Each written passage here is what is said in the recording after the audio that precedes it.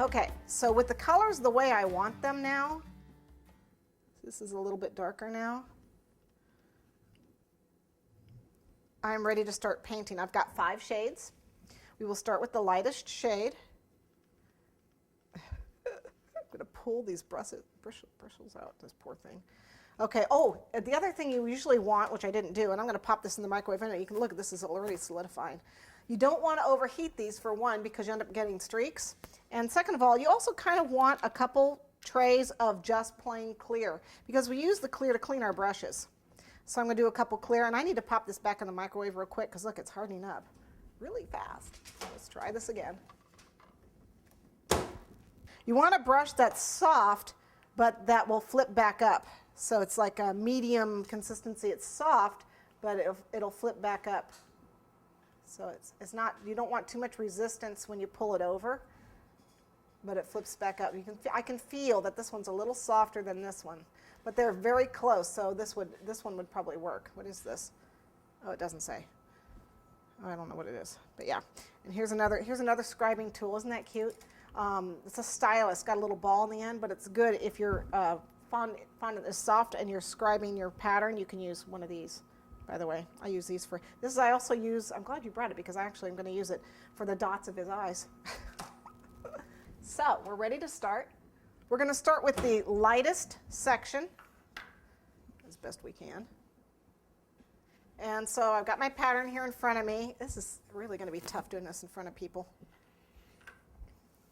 You get to see all the mistakes I make. No judgment. Okay, what I want to do though, since this does have a light color in it and the plaque is white, anywhere that's got that really white, I'm going to avoid. Okay, I want to leave that white, but I actually want to go around those areas. So, like for instance, this part here, I can see that like little oval area, and then it comes down.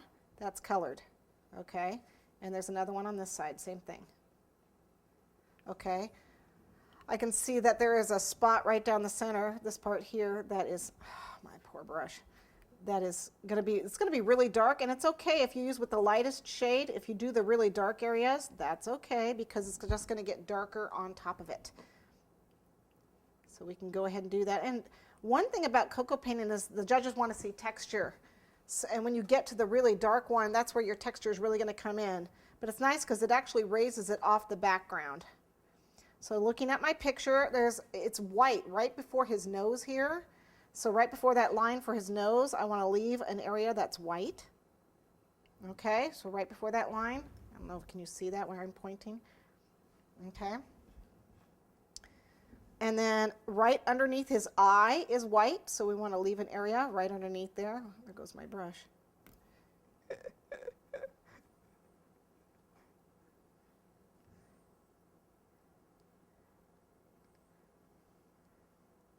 Okay, so we're going to kind of form those cheeks there.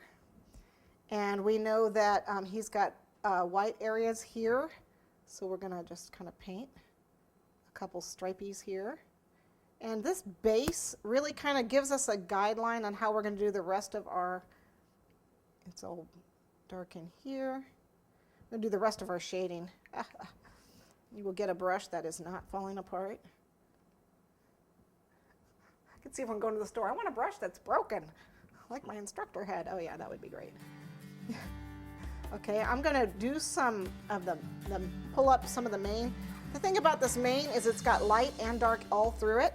So I'm going to go ahead and just pull up pieces for the mane.